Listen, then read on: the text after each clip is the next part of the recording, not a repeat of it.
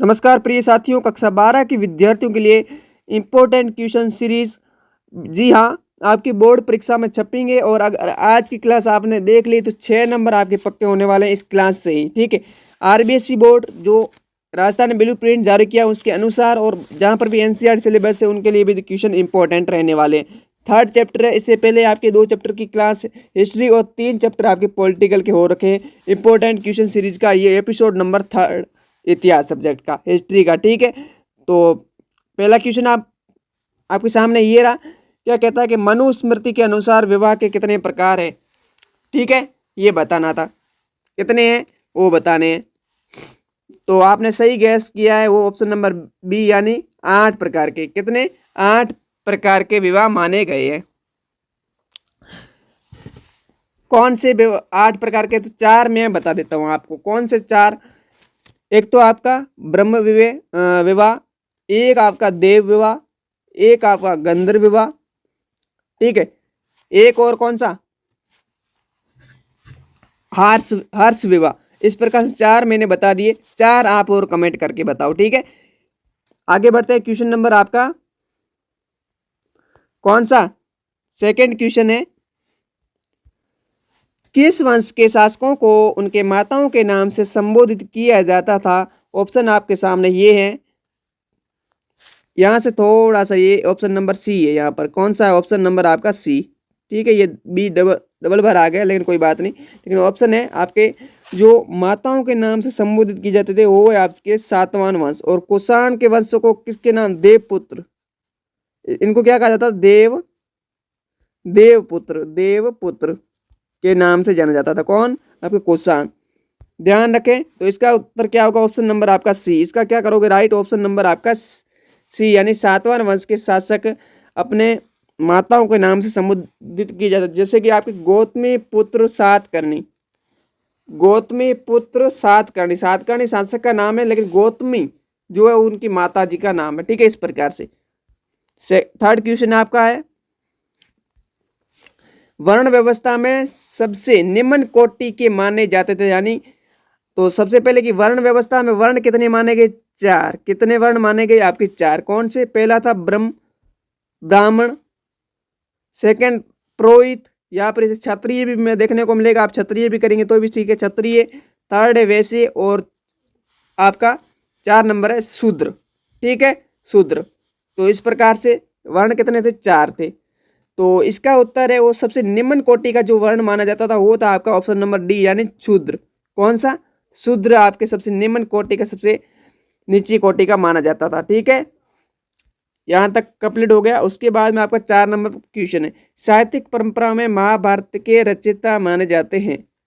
ठीक है, इसका उत्तर आपने गैस किया होगा, लेकिन पहले बता दें कि महाभारत है, इसकी भाषा किस भाषा में ये महाभारत? तो इसकी भाषा लिखोगे संस्कृत। क्या लिखोगे? संस्कृत। क्या भाषा है इसकी? संस्कृत में महाभारत की रचना की गई। और इसका है ऑप्शन नंबर आपका बी, यानी कौन सा? ऑप्शन नंबर बी, यानी वेद व्यास। ऑप्शन नंबर आपका बी, वेद व्यास, ये राइट करोगे। ठीक है, यहां तक हो गया। ठीक है, आगे चलते हैं। क्वेश्चन नंबर आपका 5। क्वेश्चन नंबर 5 स्किप किए बगैर देखिएगा। क्लास में क्वेश्चन एक नहीं, एक के साथ 2-3 क्वेश्चन बताते, तो आप बिल्कुल क्लास को एकाग्रता के साथ देखिएगा, जिससे कि आपके बोर्ड एग्जाम में बिल्कुल फायदेमंद साबित होगा। और ये सीरीज ये ऐसी है, इसमें बोर्ड परीक्षा में बार बार पूछे गए और पूछे गए प्रश्न में ले रहा हूँ, नए प्रश्न नहीं है, ये सारे प्रश्न पूछे गए हैं। ठीक है, ध्यान रखिएगा। यहां तक हो गया। 5 नंबर क्वेश्चन आपका, प्रसिद्ध इतिहासकार वी.एस. सुक्ताकर भाषा के प्रसिद्ध विद्वान थे। यानी किस भाषा के प्रसिद्ध ये विद्वान थे, ये बताना। तो वी.एस. सुक्ताकर, जिसने क्या किया था? महाभारत का समालोचना संस्करण 1919 में प्रकाशित किया। कब किया? 1919 में। ठीक है, कितने पृष्ठों में? 13,000 पृष्ठों में। और कितना समय लिया? 47 वर्ष। कितना समय लिया? 47 वर्ष। ठीक है, 1 क्वेश्चन, 2 क्वेश्चन, 3 क्वेश्चन तैयार हो गए इसके साथ। ठीक है, इसलिए कहता हूँ क्लास को बिल्कुल देखा करो, स्किप किए बगैर। इसका है राइट वो है आपका ऑप्शन नंबर सी, यानी संस्कृत भाषा। इसकी कौन सी भाषा थी? संस्कृत भाषा। ठीक है, यहां तक हो गया मामला। ठीक है, उसके बाद में आपका मतलब मैंने क्वेश्चन किस प्रकार के लिए आपके रिक्त स्थान में भी काम करेंगे ये क्वेश्चन, आपके ऑब्जेक्टिव टाइप यानी 4 ऑप्शन वाले उसमें भी काम करेंगे, अति लघुत्मक प्रश्न उसमें भी काम करेंगे। मतलब तीनों प्रकार के वस्तुनिष्ठ, आपके रिक्त स्थान और अति लघुत्मक तीनों प्रकार के प्रश्नों में काम करेंगे। बिल्कुल इसी सीक्वेंस में आपको याद रखना, जिससे कि आपके बोर्ड एग्जाम में 6 में से 6 नंबर इस पार्ट में एक नंबर के प्रश्न पूछे जाएंगे सारे। ध्यान रखें, इसमें बड़ा प्रश्न नहीं, एक नंबर का प्रश्न पूछा जाएगा। पार्ट को विशेष इन क्वेश्चन को तैयार कर लेना, ठीक है। तो ये क्वेश्चन हो गया आपके 6 नंबर। अब कि कौरवों और पांडवों का संबंध किस वंश से था? कौरव और पांडवों का संबंध किस वंश से है? तो वो थे कुरु वंश। कौन सा वंश? कुरु वंश। ये दोनों जो वंश थे कौरव और पांडु, इनका कुरु वंश यानी कुरुक्षेत्र के लिए इनकी लड़ाई भी कुरुक्षेत्र को लेकर ही हो रही थी, दोनों बंधुओं के बीच में, बांधवों, ठीक है। 6 नंबर क्वेश्चन हो गया, राइट। उसके बाद में आपका 7 नंबर क्वेश्चन है, महाभारत की मूल कथा के रचयिता माने जाते हैं। या ये क्वेश्चन ध्यान रखें, प्रश्न को सही तरीके से पढ़ना है। यहाँ पर कौन थे? साहित्यिक परंपरा में महाभारत के रचना कौन है, रचयिता कौन है? यहाँ पर क्या महाभारत की मूल कथा, शब्द क्या है? मूल कथा के रचयिता। तो वो है भाट या फिर सारथी, भाट या फिर सारथी। क्या बताएंगे? भाट या सारथी। आगे क्वेश्चन है आपके 8 नंबर। ये वेरी इंपॉर्टेंट, वैसे वेरी इंपॉर्टेंट सारे क्वेश्चन भी है, लेकिन इसको वेरी इंपॉर्टेंट नहीं, ऐसे यूं कह रहा हूं, इनमें से आपको 1% तो पक्का बनेगा।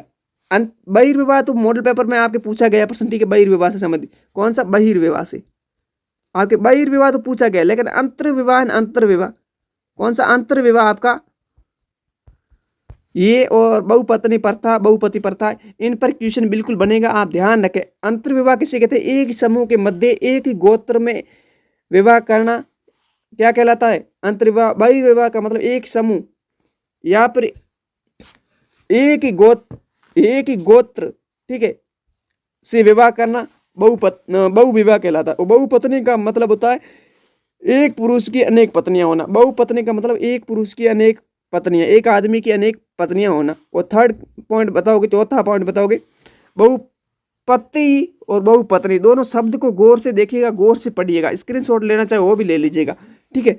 स्त्री के अनेक पति होना, एक स्त्री के अनेक पति होना क्या कहलाता है? बहुपति प्रथा, ठीक है। यहां तक हो गया, 8 तक, ठीक है। आगे चलते हैं क्वेश्चन आपका। आगे क्वेश्चन है आपका 9 नंबर। महाभारत का समालोचनात्मक संस्करण किसके नेतृत्व में तैयार हुआ? तो हुआ वी.एस. सुक्तांकर। कौन से? वी.एस. सुक्तांकर में। कब हुआ? 1919। कब हुआ? 1919। पहले भी बता दिया हूँ, वर्ष 47 वर्ष का इसमें समय लगा और 13,000 पृष्ठों में ये तैयार किया गया, ठीक है। महाभारत का समालोचनात्मक संस्करण, ठीक है। यहां तक ठीक है। उसके बाद में क्वेश्चन आपका है, महाभारत का सबसे महत्वपूर्ण उपदेशात्मक अंश कौन सा है? तो वो है भगवत गीता। ये रिक्त स्थान में प्रश्न पूछा गया, ध्यान रखें, मॉडल पेपर में पूछा जा सकती है। महाभारत का सबसे महत्वपूर्ण उपदेशात्मक अंश कौन सा है? तो वो है भगवत गीता। क्या बताओगे? भगवत गीता। 11 नंबर क्वेश्चन की मेरठ जिले के हस्तिनापुर गांव का उत्खनन किसने व कब किया? किसने व कब किया? तो बीबी लाल। और कब किया? 1951-52 में। ध्यान रखें, क्वेश्चन इसी प्रकार का पूछा जा सकता है। या फिर आपको ऐसा पूछे, मेरठ जिले के मेरठपुर या नहीं, मेरठ में बीबी लाल 1951-52 में किस गांव का उत्खनन किया गया? तो किस गांव का? मेरठ का, ठीक है। ध्यान रखें, क्वेश्चन किसी भी प्रकार का पूछा जा सकता है, लेकिन भाषा में आपको बदलाव किया जा सकता है। 12 नंबर क्वेश्चन है आपका, क्या विश्व का सबसे बड़ा और विस्तृत महाकाव्य कौन सा है? ऑप्शन आपके सामने है, ये रहे। आपने सही और सटीक सोचा होगा, वो है आपका ऑप्शन नंबर आपका बी। कौन सा? बी। इसे क्या कहा जाता है? विश्व का सबसे बड़ा और विस्तृत महाकाव्य माना जाता है किसे? महाभारत का, ठीक है। क्यों माना जाता है? ऐसा क्या कारण क्या है? तो ये क्या, इसकी मतलब रचना एक समय में नहीं हुई है, इसका समय पीरियड है आपका, इनका अलग अलग है, ठीक है। इसमें कई बदलाव होते रहते हैं, लेकिन जैसे शुरू में आपने देखा होगा जय संहिता, भारत, इस इनाम भी थे, अंत में पढ़ा, जो 1 लाख श्लोक हुए तब उसका महाभारत नाम पढ़ा। इस प्रकार से ध्यान रखें, क्वेश्चन को किसी भी प्रकार से आपको फंसाया जा सकता है, ठीक है। आपको फंसना नहीं, इन क्वेश्चन को तैयार कर लोगे तो बिल्कुल फंसोगे नहीं आप, ठीक है। 13 नंबर क्वेश्चन है कि रेशम बुनकरों का उल्लेख किस अभिलेख में है, ठीक है। तो कौन सा है, मंदसौर अभिलेख कहाँ है, MP में, मध्य प्रदेश में है, ठीक है। ध्यान। 14 नंबर क्वेश्चन है फाहियान किस शासक के समय भारत आया था, तो वो चंद्रगुप्त सेकंड के समय आया था। ध्यान रखें, बस क्वेश्चन को सिर्फ पढ़ते ही आपकी समझ में आ जाना चाहिए। 15 नंबर क्वेश्चन है कि निम्न में से कौन सा विवाह कौन सा रूप है निंदनीय विवाह की श्रेणी में रखा जाता है, मतलब घटिया जिसे कह सकते हैं, ठीक है। तो वो ऑप्शन आपके सामने ये रहे, तो आपने सही और सटीक माना होगा, वो है आपके ऑप्शन नंबर ए, यानी गंधर्व विवाह, जिसे आप प्रेम विवाह कहते हैं, यानी ऑप्शन नंबर इसका क्या करोगे, राइट ए ऑप्शन करोगे। सबसे अच्छा विवाह ब्रह्म विवाह, उसके बाद देव, उसके बाद हर्ष, और सबसे घटिया विवाह गंधर्व विवाह, निंदनीय, ठीक है। उसके बाद में आपका है बुक्स के अकॉर्डिंग चल रहे हैं, ठीक है। 16 नंबर क्वेश्चन है मनुस्मृति के अनुसार पुरुष कितने प्रकार से धन अर्जित कर सकते हैं थे, तो वो ऑप्शन आपके सामने ये थे, तो आपने सही और सटीक सोचा होगा, कितने, 7 प्रकार से। विवाह कितने प्रकार के हैं मनुस्मृति के अनुसार, 8, लेकिन जो धन ने पुरुष है वो 8 प्रकार से अर्जित कर सकता था। क्या, कैसे, तो पहला तो आप पॉइंट लिखिए कि उन्हें क्या है, वो विरासत के रूप में भी अपने मतलब धन अर्जित कर सकता था। कौन सी, विरासत। दूसरा शब्द है कि खरीद द्वारा भी ये कर सकता था, या फिर वो विजय के द्वारा भी प्राप्त कर सकता था धन, या फिर वो निवेश के द्वारा भी धन प्राप्त कर सकता था, या फिर कोई कार्य करके वो भी कर सकता था, मतलब धन अर्जित। और यहाँ पर संजनों द्वारा दी गई भेंट भी वो स्वीकार करके भी धन को अर्जित कर सकता था। और लास्ट पॉइंट है खोज द्वारा भी ये आपके धन अर्जन कर सकता था। सुन लिया होगा, ठीक है, लिखा नहीं, बोल रहा है, ठीक है। बोलने वाली चीजें भी कई बार नोट करनी चाहिए आपको, ठीक है। 17 नंबर क्वेश्चन है महाभारत एक है, क्या है महाभारत, ठीक है। महाभारत एक क्या है, ऑप्शन आपके सामने ये है, तो आपने सही और सटीक सोचा, ऑप्शन नंबर ए। क्या है, ऑप्शन नंबर 1, यानी महाभारत एक महाकाव्य है। क्या है, महाकाव्य, ना तो उपन्यास है और ना एक खंड काव्य, क्या है, महाकाव्य है। क्या है, एक महाकाव्य है, बहुत बड़ा काव्य, ठीक है। 18 नंबर क्वेश्चन है महाकाव्य काल में चांडाल किसे कहते थे, किसे कहा जाता था, किसे कहते थे, तो चांडाल है शवों की अंत्येष्टि और मृत पशुओं को छूने वालों को चांडाल कहते थे, ये ठीक है। ध्यान रखें, प्रश्न पूछे जाए, ये प्रश्न ऐसे हैं बोर्ड परीक्षा में पूछे गए हैं, ठीक है। तो इसलिए कहता हूँ जिसने इन प्रश्नों की महत्ता को जान लिया वो बिल्कुल बोर्ड परीक्षा में मात नहीं खाएगा। जिसने क्लास को शुरू से लगाकर 10 से 15 मिनट दे दिए तो बिल्कुल उसकी एक भी गलत नहीं होगा। 6 में 6 नंबर इसमें पार्ट में लेने वाला है। आगे प्रश्न है आपका 19 नंबर की महाभारत की मुख्य कथा क्या है, तो इसमें है 2 परिवारों के मध्य युद्ध का वर्णन।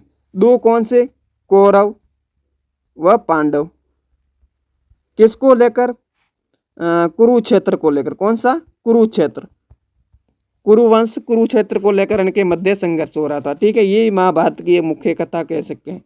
उसके बाद 20 नंबर क्वेश्चन है कुल और जाति में क्या अंतर है, तो संस्कृत ग्रंथों में कुल शब्द का प्रयोग परिवार के लिए तथा जाति शब्द का प्रयोग सगे संबंधियों या फिर बांधवों के बड़े समूह के लिए होता था। ध्यान रखें, दोनों में प्रश्न 1 नंबर का पूछा जाएगा। ये सारे प्रश्न 1-1 नंबर के। बहिर्विवाह और अंतर्विवाह में अंतर स्पष्ट कीजिए, प्रश्न मैंने ऊपर भी दिया, आप ध्यान रखें, ठीक है। 21 नंबर क्वेश्चन। 22 नंबर क्वेश्चन है गोत्र प्रणाली के 2 नियम बताइए, ठीक है। तो पहला पॉइंट लिखोगे, क्या पहला पॉइंट लिखोगे आप, विवाह के पश्चात स्त्री को पिता के स्थान पर पति का गोत्र माना जाता था, मतलब मानना पड़ता था। और एक ही गोत्र के सदस्य आपस में विवाह संबंध स्थापित नहीं कर सकते थे। एक ही गोत्र, एक ही समूह में विवाह में आपस में विवाह नहीं कर सकते थे, ठीक है। ये थे आपके क्वेश्चन नंबर 22। अब 23 नंबर क्वेश्चन है आपका, क्या है 23 नंबर क्वेश्चन, वर्ण और जाति में कोई 2 अंतर बताइए, ठीक है। ऊपर क्या था, कुल और जाति, और यहाँ पर क्या है, वर्ण और जाति। ध्यान रखें, दोनों में से प्रश्न एक फंसना है। वर्ण व्यवस्था को एक देवीय व्यवस्था, देवी नहीं देवीय, क्या कहा था, देवीय व्यवस्था माना जाता है, जबकि जाति जन्म पर आधारित व्यवस्था थी। ठीक है। दूसरा पॉइंट लिखो कि वर्ण व्यवस्था में 4 होते थे। वर्ण मतलब कितने? 4, जबकि जाति की कोई निश्चित संख्या नहीं थी होती थी। ऊपर बता दिए वर्ण कौन कौन से 4 थे। ठीक है। बहिर्विवाह पद्धति की कोई 2 विशेषताएं बताइए। तो बहिर्विवाह की पहली विशेषता बताओ कि इस पद्धति में विवाह अपने गोत्र से बाहर करना अनिवार्य होता था। दूसरी इसकी विशेषता ये थी कि इस पद्धति के अनुसार विवाह पिता का महत्वपूर्ण धार्मिक कर्तव्य कन्यादान अर्थात विवाह में कन्या की भेंट करना होता था। ठीक है, ये बता दिया। उसके बाद में आपका इस क्लास का सेकंड लास्ट क्वेश्चन शायद, या भी और हो सकता, 2 क्वेश्चन और है शायद। महाभारत कालीन स्त्रियों की किन्हीं 2 समस्याओं का उल्लेख कीजिए। क्योंकि 1 नंबर का क्वेश्चन पूछा जाएगा तो मैंने 2 का ही लिया आपके। स्त्री को भोग की वस्तु समझा जाता था। दूसरा पॉइंट लिखोगे स्त्रियों को बहुत कम अधिकार प्राप्त होते थे। ठीक है, इस प्रकार से। उसके बाद में आपका क्वेश्चन है स्त्री धन से क्या अभिप्राय है। ये मॉडल पेपर में पूछा भी गया है। विवाह के समय स्त्री को मिले उपहार पर स्त्री का स्वामित्व होना या जिस पर क्या स्त्री का स्त्री धन कहा जाता था। ठीक है। और इसका लास्ट क्वेश्चन है आज की क्लास का, आरंभिक संस्कृति परंपरा में महाभारत को किस श्रेणी में रखा जाता था। तो वो किसकी श्रेणी में? इतिहास की श्रेणी में रखा जाता था। ठीक है, इतिहास की श्रेणी में। ठीक है, आज की क्लास यहाँ तक सही है। मैं समझता हूँ क्योंकि ये क्वेश्चन मैंने 27 क्वेश्चन लिए और 27 के 27 आपके क्वेश्चन पूछे गए हैं और इनमें से कुछ ऐसे भी क्वेश्चन ऐड किए जो पूछे जाएंगे इस बार। ठीक है, इस क्लास को जिसने भी शुरू से लगाकर अंत तक देखा है तो उसके लिए तो बिल्कुल फ़ायदा है, और जिसने बीच में छोड़ के चले गए उनके लिए तो टाटा बाय बाय है। ठीक है, तो आप क्लासों का महत्व समझें और समय समय पर क्लासों को जरूर लेवें और इनके कमेंट में अपने उत्तर भी लगावें, जिससे कि आपका मूल्यांकन, स्वयं मूल्यांकन जिसे मैं कहता हूँ, स्वयं मूल्यांकन हो सकें। तो मिलते हैं नेक्स्ट क्लास में, तब तक के लिए जय हिंद, वंदे मातरम।